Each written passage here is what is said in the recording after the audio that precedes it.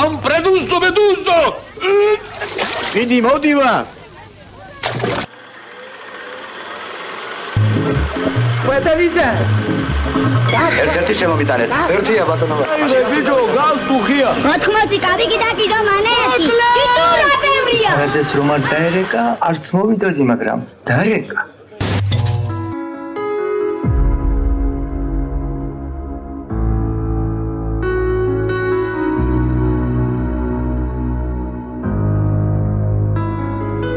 ამ კინოკამერებით, რომლებიც თქვენ ახლა კადრში იხილეთ, ზუსტად 117 წლის წინ ქართული კინოს ისტორია დაიწყო. იმ პერიოდიდან დღემდე აქ კინოსტუდია ქართულ ფილმში, რაც კი მხატვრული, დოკუმენტური თუ ანიმაციური ფილმი შექმნილა, ყველა ეს პროდუქტი ჩვენამდე მაყურებლამდე მოვიდა იმ კინოკამერების წყალობით, რომელთა განვითარების ისტორიასაც დღევანდელ გადაცემაში მოვისმენთ იმ ლეგენდარული ადამიანების მიერ, რომლებიც უშუალოდ მუშაობდნენ ამ კამერებით და გადაღებული აქვთ ისეთი ლეგენდარული ფილმები, როგორიც არის ნატრის ხე, ცისფერი მთები, სამანიშვილის დედინაცვალი, ზოგი ჭირი მარგებელია, პირველი მერცხალი და ბევრი სხვა თქვენთვის საყვარელი ფილმები. როგორ გაჩნდა პირველი კადრი და გამოსახულება ეკრანზე და ვინ ქმნიდა იმ დაუვიწყარ კინოკადრებს, რომლებიც თქვენთვის საყვარელ ფილმებად იქცა, დღევანდელ გადაცემაში მოგიყვებით. გადაცემის სტუმრები არიან კინოოპერატორები მარლენ მაისურაძე, სოლომონ მელაშვილი და რეჟისორი და ქართული ფილმის საინფორმაციო ცენტრის დირექტორი ლევან ყუფარაძე.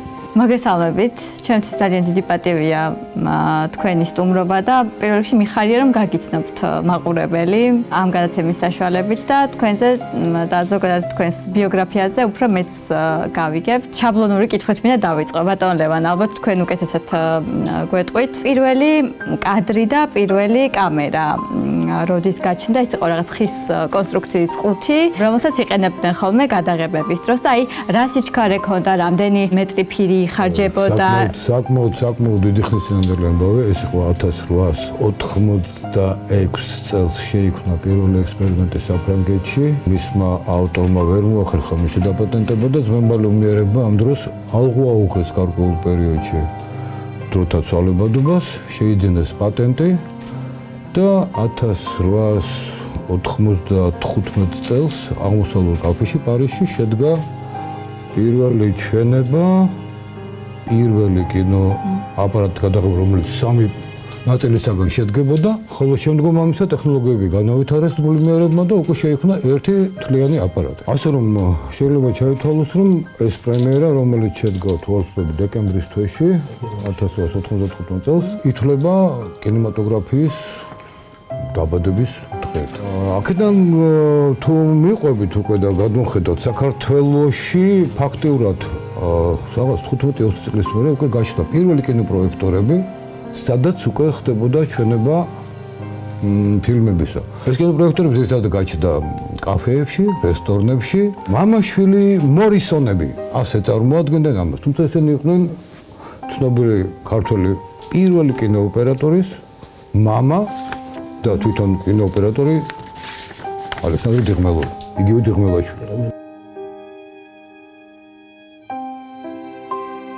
რა ინახება კინოსტუდიაში, რომელი კამერები და რომელი ფილმები არის გადაღებული? ჩვენს უკან არის ყველაზე ძველი კამერა, აი ეს 1912 წელს გამოშვებული. ამ კამერის დებრი. აბა მოყევიათ ისტორია. ამას საკმაოდ დიდი ისტორია აქვს ამ კამერას. 1988 წლამდე ამ კამერით და კიდე ორი კამერა იყო ამისთან იღებოდა ანიმაციური ფილმები ჩვენთან. ასე რომ ამ კამერით გაძლო და მოვიტანდა დღე. მართლა პირველი ანიმაციური ფილმი შეიქმნა ამ კამერით.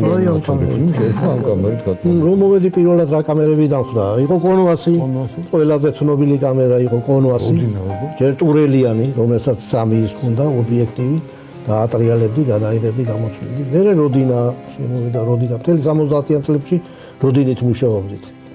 როდინით არის ძალიან ბევრი ფილმი გადაღებული, თვითონ პირველი მერცხალით და რა ვიცი. 1000 რაღაც კიდე. კომბინირებული კამერებით საგვავს, აი ეს ტემპი არის კომბინირებული კამერა კარებთან რომ დგას. ხაროსული გადაღებები რო იყო, აი ამით იღებდნენ ხოლმე სპორტული გადაცემები, რაღაცები. და შენელებული კადრებისთვის ცალკე აპარატურა არსებობდა, რა თქმა უნდა, კომბინირებული კამერები იყო, რომელიც წამში ბევრ კადრს იღებდა და თუმცა ეკრანზე გაუშვებდნენ, მაშინ შენერებული მოძრაობა გამოდიოდა. ახლა სლომოუშენი ქვია. ეხლა არის ეგეთი რაღაცები, რომელიც ჩქარაიდებს. და შენელებული კადრებისთვის უფრო მეტი მეტრობით იყო საჭირო. რა თქმა უნდა, სამჯერ მეტი კი. 300 მეტრამდეო, ხო მეგონა? კი, თუ 100 მეტრი იხარჯებოდა სიტყვაზე რაღაც 9-10 წუთისათვის, შენელებული კადრის გადასაღებად იხარჯებოდა 300. სამჯერ მეტი. ადახან სამჯერ მეტი. იყო ასევე კომბინირებული გადაღებებიც, ხო? კომბინირებული გადაღებები მეტწილი კომბინირებულ სამეფოში კეთდებოდა ეგ. იყო რიგ ეკრანი, აი რო ვთქვი რომ ტიტრებს ის ფონს ვიღებდით მეთქი. აი მაგალითად გოგა ფიფია და ზურა ყიფშიძე რო არიან მანქანით რომ მოდიან. უკან გზა რო არის და ესენი რომ მოდიან მანქანით, ზოგადად ცალკეა გადაღებული. უკან ეკრანი დგას და იქ მიდის ეს გზა. ეს მანქანა გაჩერებულია, იქ ორი კაცი აქანავებს ამას ვითომ მიდის ეს მანქანა, შუქიც დაყენებულია ყველაფერი, შეულებრივად რაღაცა და აი უკან მიდიოდა ფონი. ვითომ გარბის ეს მანქანა მიდის. გადაშორის ეხლაც ვნახე რაღაც კინოებში, თანამედროვე კინოებში ბევრი ადგილას ფონი, ეგეთი ფონი არის გაკეთებული. ერთი კამერა გვაქვს 70 SK. ეგ იყო ფართო ფორმატიანი. 70 მმ-იანი ფირი იდებოდა შიგ. ოცნება მქონდა რომ ეგეთი კამერა დამეტენა რა, დამეკეთებინა რაღაც, მაგრამ არავინ აღარ გადაიღო. ერთადერთი ჩერმენი არის გადაღებული მაგას.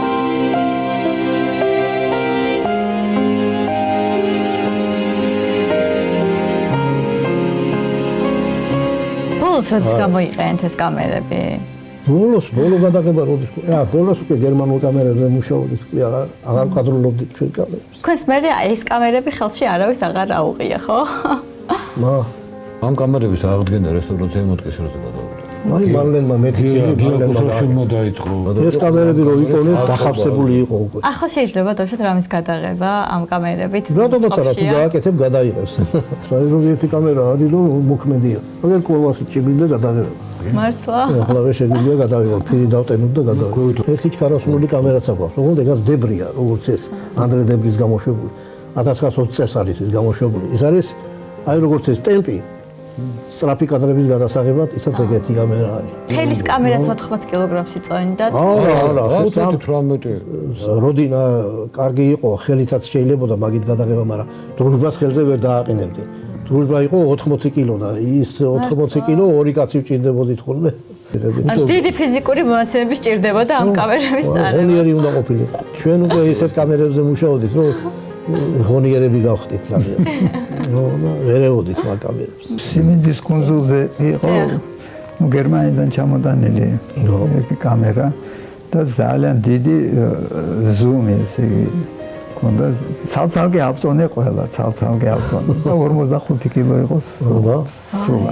და ამ 45 კილოს მაშინ ეს იყო 2013 წელს თავისუფლად გადაგქონდა აქეთ. წამოვიკიდებდით ხოლმე თავის შტატივია და 50 წელზე მეტია, რაც ხართ ოპერატორები.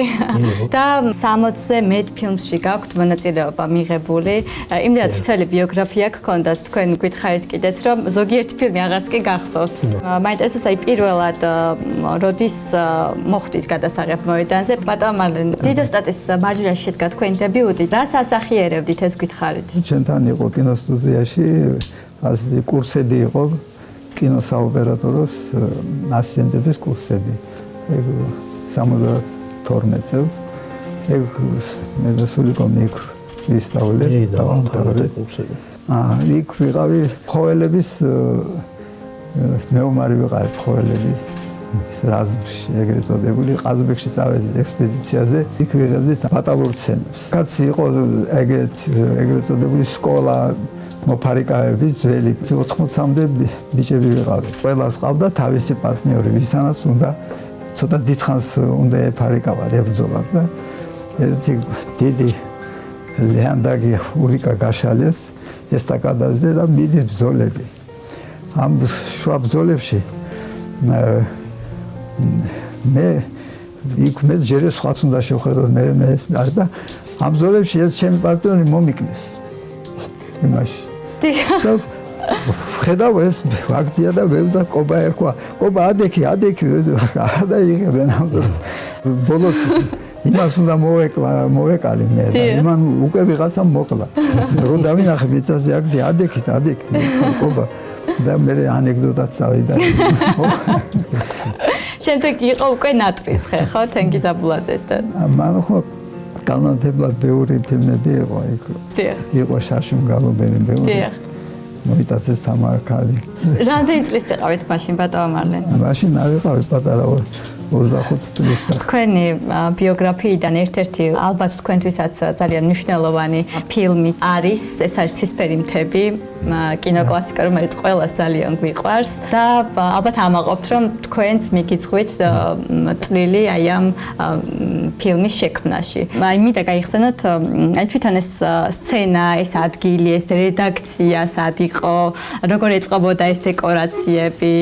ძირითადი დეკორაცია იყო მეოთხე პავილიონში, ახლა იმედია იქა. მთელი კომპლექსი დეკორაციების ყველა იქ. დირექტორის კაბინეტი, ვასო კაბინეტი და რა ვიცი, დერეფნები. მაგრამ ჩვენ დავიწყეთ გადაღება რედაქცია ცისკარი, ასე არის შალვა დადიანის ქუჩაზე, გამავრცელება ცისკარი. იქ არის კიდევ რამოდენიმე ეპიზოდი გადაღებული. და კინოხიფათები შეგემთხვათ, როგორც ვიცით, ხო? ერთი ის არის, რომ ხო ჭერზე იყო და ჩამონგრევაზე იყო ყველაფერი და ვარ თეატრალური ინსტიტუტის მესამე სართულზე ვიღებ დგას კამერა და აქვე 9 მეტრში ჩაუვარა უარშველებელი ბათქაში. ეს რომელი სცენის გადაღება? ეს სცენა იყო, როდესაც მიდიან ორი დიდი მამაკაცი და კარებთან და გივი ჩვენა და იქიდან რამაზი გამოდის, რომ აქ არისო და მე მგონი არისო. აი სცენის გადაღების დროს ჩამოვარდა ისე დაემთხვა, რომ მართლა დაგვეცა თავი კინახომ. ნატურალური გამო.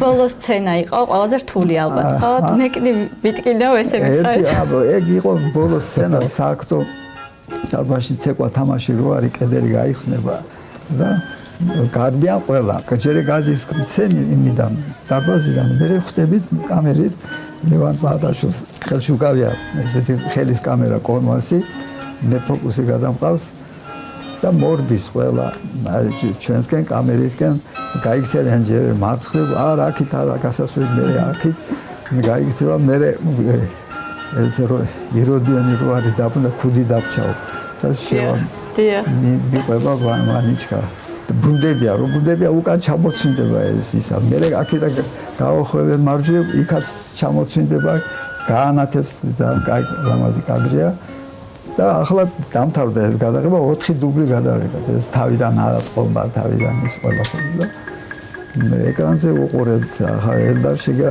4 დუბლი ნახა ერთ-ერთ დუბლში არის ასე გაყოლებით გაჩხაპნილი დუბლი და აი ეს დუბლი ყველაზე კარგი არის რომ გაჩხაპნილი დუბლზე თქვა მაგის თავიდან გადაღება არის თავიდან აღარ გადაგიღიათ მეხუთად ხო აა ბოთუნელი ესეთი სხვა დუბლები ამოირჩიეს. უფარაძეს რომ არ დაერეკა, არც მოვიდოდი, მაგრამ დაერეკა. ბატონო ლევან, უფარაძემ დაერეკაო, თქვენი გვარი ხომ არ იყო ინსპირაცია, თქვენ ხომ არ ხართ ის უფარაძე. აქ შეიძლება ასე რაღაც თქვა. მამამისი, მამა თქვენ. ძირითადად მამამისია საუბარი, მაშინ იმ პერიოდში იყო გაერთიანების ხელმძღვანელი იყო მაშინ. არა, ეს გარდამავალი პერიოდია, დოკუმენტური სტუდიის დირექტორი იყო და გაერთიანების დირექტორი იყო, პირველი შემოქმედებული გაერთიანების და ნახა სიტუაცია მოგახსენებთ საბჭოთა კავშირის პერიოდია, იქ ყველაფერი ნაცნობობით ან ფულით კეთდებოდა, ყველაფერი. საჭიროებიდან გამომდინარე, ის რაც ხდებოდა, ყველაფერი დეფიციტი იყო იმ პერიოდში რაღაცა. ნუ მამას ახლობლობით, ნაცნობობით და მისი ავტორიტეტიდან გამომდინარე, ხოლმე ტელეფონი ზარი ჭირდებოდა, რომ დაერეკა სამი და რაღაცა გაეკეთა. ყველასთვის დახმარება გაეწია ამ შემთხვევაში. აი, ამიტომაც მოხდა, რომ ელდორმა გამოიყენა ეს სიტუაცია და ახლა მოგითხარ მემკვიდრეობითაც მერგო მე ამ დროს. დღესაც ისე მამა ჩემის სახელი და უკვე მე დიდხანია სტუდიაში ვარ და შემსახებდეს ტელეფონს ასე თუ ისე ვაგორებ ხოლმე. პრემიები იქნება ქალბატონო პრემიები კი არა ხელფასი ვერ დაგვირიგებია. სად არის ოთარი ამდეხა? ქვემოთ თველია. კიდე შებაქანა. მარჯვნივ თუ მარცხნივ? მოიცაკაც ერთი. ცისფერი თებიდან ესეთი ყველაზე მეტად რომელი ეპიზოდი და გაბახსოვდათ გადაღებების პროცესში? ბევრი სახალისო მომენტი იყო. ალბათ იქნებოდა. ყველა ვარიანტი იქნებოდა. ყველა ჩვენ სერიოზულად ვიყავით, ჩვენ იქ არ გვეცინებოდა. იქ ვიყავით სამი მეორე ოპერატორი. ოფიციალურად ხელფასი დაიმით ვიყავით მეორე ოპერატორი. კიდევ იყვნენ ოპერატორები. ერთი ვასია შუტოვი იყო, რომელიც მეორე ოპერატორი ექსპოზიციაზე მუშაობდა. ექსპოზიცია ეს არის ფირის მგზნობიარობასთან დააყენო განათება. თან ფოტო რეკლამას იღებდა სტუდიად. ელდარს ეუბნება. ელდარ ნიკოლაევიჩი რუსული ის იყო. და მე არ ვიცი ფილმი როგორი გამოვა, მაგრამ შესანიშნავი რეკლამა გექნება. ფოტო რეკლამა. დაგვიარ სიტყვით იაშარი და ცისფერი მთები. ძალიან კარგი. ერთ-ერთი შემომიტანეთ. ერთია ბატონო ვარ. მაშინ რა თუნდა ორი სათაური? ბატონ სოლომონ, რაც ხარ 50 წელი ოპერატორი. ამდენ ლეგენდარულ რეჟისორთან გიმუშავიათ, მსახიობთან. უამრავ გადასაღებ მოედანზე ყოფილ ხართ. თავარისი გამოცდილება რა დაგრჩათ აი ამ თქვენი ამდენ წლიანი ბიოგრაფიიდან? ყველაზე მნიშვნელოვანი ის არის, რომ კინოში ყოველ წუთში, ყოველ დღე იცვლება რაღაც. აი მაგით არის საერთაშორისო ჩვენი პროფესია. გავს კავშირი რეჟისორებთან, გამოცდილ მსახიობებთან. შენ თვითონაც იზრდები, შენ თვითონაც რაღაც გამოცდილებას იღები. კინოში ხალხი არ აბერდება. ჩვენი მერაბ კოკოჩაშვილი 90 წლის გახდება მალე. რანა ღობელიძე 95 წლის გახდება მალე. რატომღაც მეტი წილი ქალებთან მომიწია მუშაობა. დაწყებული რანა ღობელიძიდან როცა ყოლდა ნურსები თავი მაშინ ხარაგები ტექნიკის მექანიკოსად. მე იყო ნანა მჭედლიძის ფილმები, ლიანა ელიავას ფილმები, შვედიერი კოსტუმი, სინემა.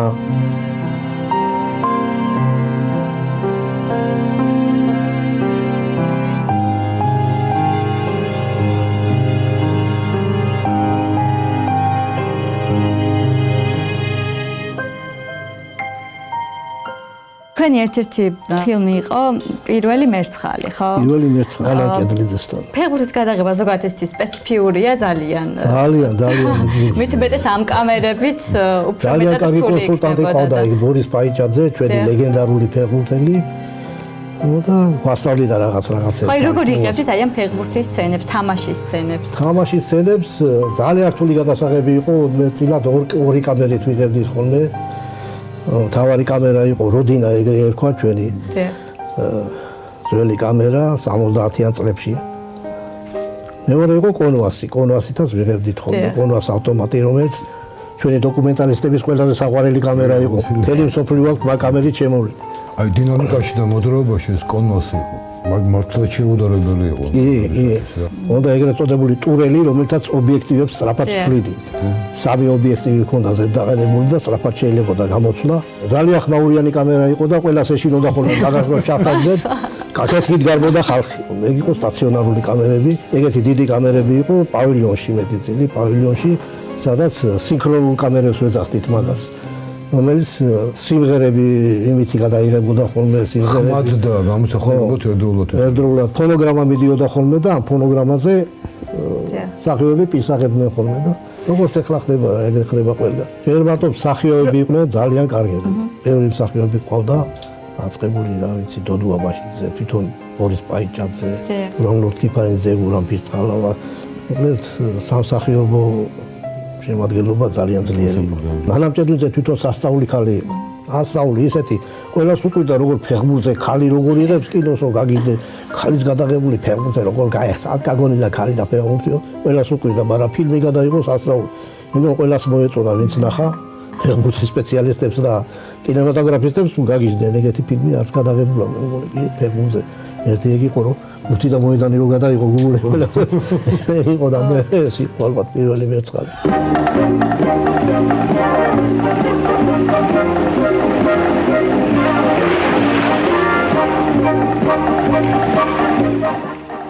ფოთში ცხოვრობდით მაშინ. სულ ფოთში არის ფოთის იპოდრომი იყო, ის სტადიონი სადაც გადაღებულია იპოდრომი იყო მაშინ.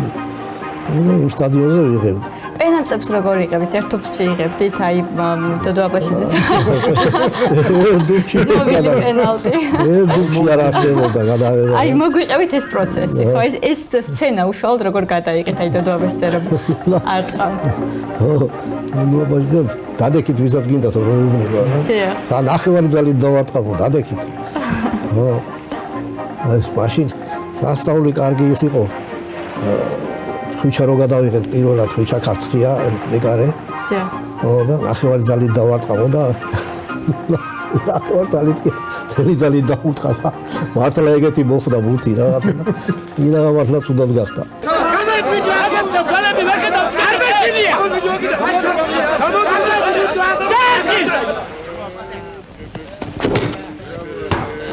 მოკლეს! ხლიფი გავხეთკე!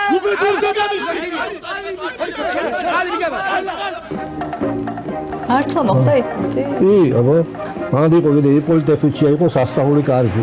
იპოლიტე მოგლეთ ცნობილი ნარდისა და დომინოს მოთამაშე და მატყუარა. სული ტყუებოდა ხო. ატყუებდა ქვებში, გაგორებაში რაღაცებს დამალავდა ხოლმე რაღაცებს. კურიოზები ძალიან ბევრი იყო. იმერული ესკიზებიც ალბათ კურიოზებით იყო სალსე. იმერული ესკიზები უსაფრთხოდ უარესი იყო. ისეთი იყო ეს ბავშვები, სასწაული ბავშვები არიან. ეს ბუღალტერი იყო, ბანკის ბუღალტერი იყო, ეს მასწავლებლის როსულასულებს ხალი. გასარგებლობა მოაქვს მამას სასწაული ხალხი, ისეთი კარგი მსახიობები. განამჭედლიძე მსახიობების შეჩევაში იყო აბსოლუტურად გენიოსი რა. გენიალური სამწკრივებელი. აბსოლუტური გენიოსი იყო. ისეთ ტიპაჟებს ამოარჩევდა, რომ აი წყალი არ გაუვიდოდა, ისეთი იყვნენ რა. ისეთი უნდა ყოფილიყო ალბათ მასწავლებელიც და თვითონაც მაგრათასულებს თავის ბებიის როლს. 80 კაბიკი და კიდო მანეთი. ტიტურა ბევრია.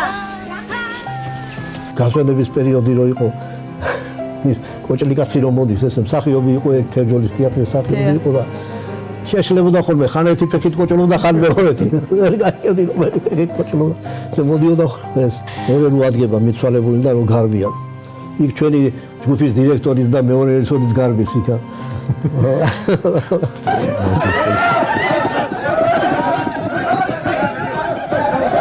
ბატონ სოლომონ, თქვენ ახსენეთ ორი კამერა, ხო? ერთი კამერით ალბათ დამთქმელი ოპერატორი მუშაობდა, რომელზეც იყო დავუშვათ მეტი წიდი აი ამ ფილმის და კადრზე პასუხისმგებლობა, თუმცა არანაკლებ საპასუხისმგებლო და რთულად შესაძლებელი იყო მეორე ოპერატორის მოვალეობაც, ხო? რომელსაც ბევრი ფუნქცია ჰქონდა, ის ფოკუსის გასწორება, ფილის ხო. ისაც იგივე რთული. ხაი რა გევალებოდათ, ხო? ეს მოგვიყევით. გევალებოდა მეტი წილი ფილის დატენვა, ფოკუსის გადაყვანა. ეხლა ფოკუსი მეტი წილი ავტომატური გახდა და გადახავს ავტომატებით და რაღაცებით და მაშინ სუხელით გადაყვდა ყველაფერი. ყოფილა ესეთი მომენტი, რომ აი კადრი გადაგიღიათ, რომელიც მოგწონებიათ, მაგრამ შემდეგ ფილმში არ შესულა, თუ გახსენებთ. ძალიან ბევრი კადრი. აი რა კადრი იყო? რომელი ფილმიდან? იმ ყველას ვერ შეიტანე. გენანება რომ მოჭრა ის, მაგრამ რა ვქნათ, ფორმატი ისეთი იყო, რომ ყველაზე რთული სცენა გადასაღებად რომელი იყო? რადგან დიდი დრო დახარჯეთ. რთული იყო კინოებში. ხონდა ღამის გადაღებები, ახსოვს 6 და 7 ვიდეოდით მაშინ ეგ იყო გენოცავას ფილმი. სამაგ ექსპოზიციას ვაკეთებდით. დასატენი მეშოკი იყო ფილმი, სადაც უნდა გადაგეხვია და დაგეტენა კასეტაში. მარლენი აი სამჯერ აღნიშნული ქონდა ის კადრი, ხელით გადაახვევდა. ისევ დატენი და სამი ექსპოზიცია გავაკეთეთ.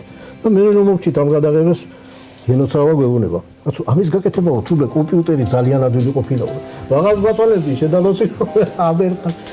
თუ კომპიუტერი შეიძლება და მაგის გაკეთება. გამოცდილება მოდის თანდათან ფილმიდან ფილმამდე და საინტერესო ოპერატორებთან მუშაობ. ასეთი იყო ძალიან ბევრი ოპერატორები, ძველი თაობის ოპერატორები, ჟორა ჭელიძე და დიდოსტატის მარჯვენა და მერე იყო კიდო ფელიქს ვისოცკი ასეთი, ლევან პაატაშვილი ასეთი. ყველაზე ისეთი ცისფერი მთებზე 4 ფილმი მუშაობ მაგასთან.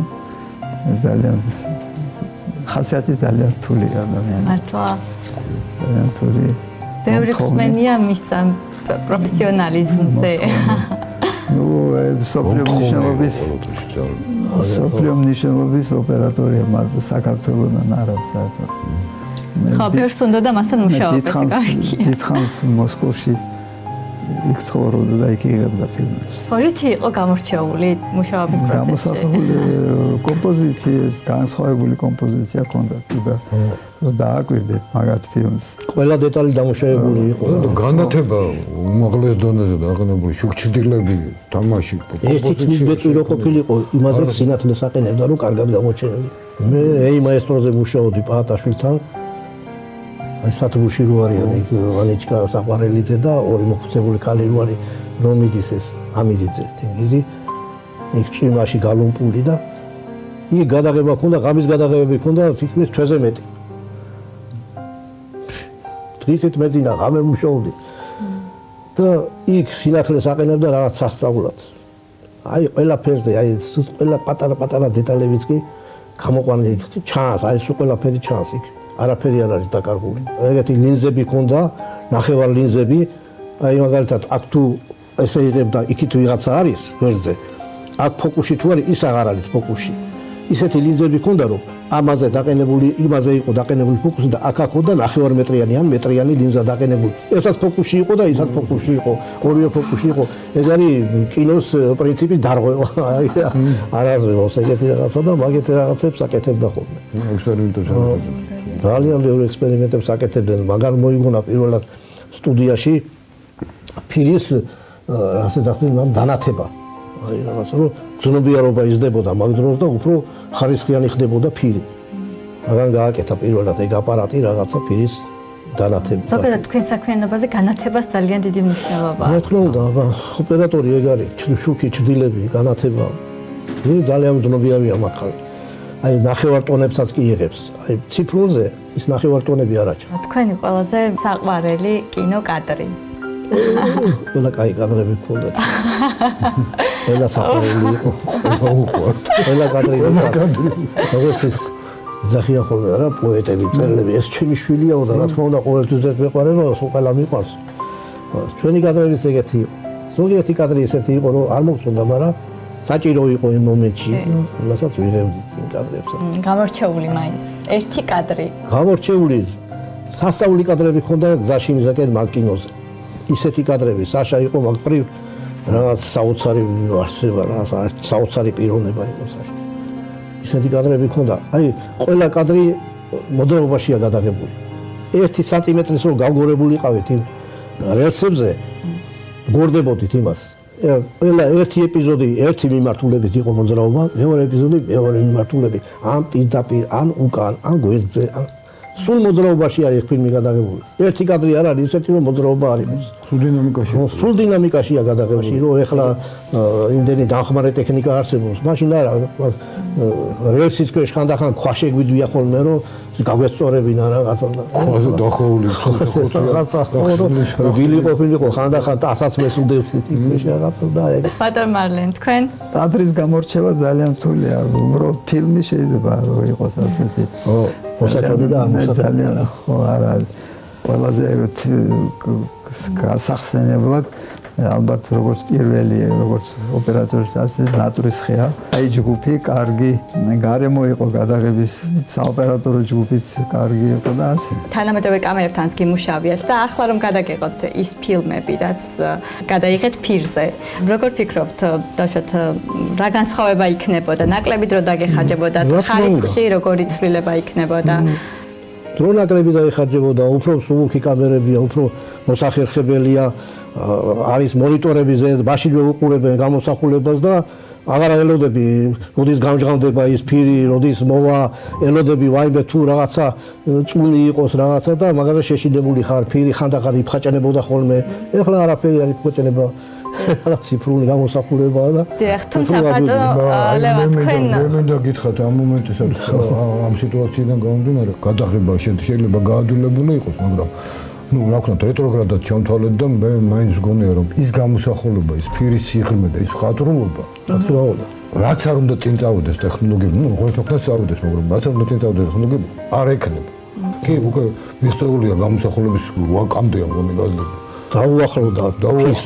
დაუახლოვეს ფირს, მაგრამ მაინც არ არის ის სიღრმე.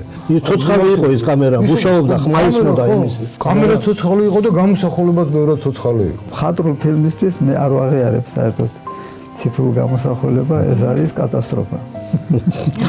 ახლა კატასტროფა ამერიკული იყოს გინდს ევროპული რო უყურებ არ შედარება არ არის თქვენ დააგვენით თუ კაი ტელევიზორი გაქვთ ძველი ფილმები როცა მიდის დემონსტრირება და დაიმახსოვრეთ ეგ გამოსახულება და მე სხვა დიდი განსხვავება ერთმანეთს. ანუ იმდასკვნად მივედით რომ ძველი ფილმები ამ კამერებით არ იქნებოდა ის რაც გამოვიდა, ხო? ფირი სულ სხვა რამეა. მაგაზე მე გავიხსენებ კიდევ ერთ რაღაცას. ცხონებული ზაზა ურუშაძე იღებდა სამ სახლს. გადავიღეთ სინჯები, გადავიღეთ ციფრულით, გადავიღეთ ფირით. როცა შევხედეთ ამას, ზაზამ თქვა ფირზე ვიღებო, არა. გადავიღეთ ფირს. რამდენიმე მოგვიყევით აი შტაბეჭილების ქვეშ. ძალიან ბევრი რაღაცებია გასახსენებელი, აბა 54 წელია რაც მუშაობდა. თეატრალურ ინსტიტუტში კი წავაწყდა სიტუაციას, რომ ფირი არის ოდენ რა იყო. და ეს ფიზიკა მაგნიტურად ამსიგან როგორ იწერებოდა, აი კითხვა იყო რატო იტანებოდა და ამსიგან ამხელა ფირი რატო იდებოდა ყოველთვის იყო კითხვა. კარგია რომ საინფორმაციო მასალა მივაწოდოთ. იმათ ვინც არიციან რა არის ფირი, არიციან რა არის კინოკამერა და რითი მოვედით დღემდე. ერთი ნატურა დამჭა რომ ფართო ფორმატიანი ფირი დამეტენა კამერაში. ეგ ვერ ავიხდინე რა, არავინ არ გადაიღო მე ფართო ფორმატიანი. ისე შემოგარგო ფართო ფორმატს კი როგორ ჩვეულებრივ 95-ზე საღარი. ხო, 16-ზე იღებდა.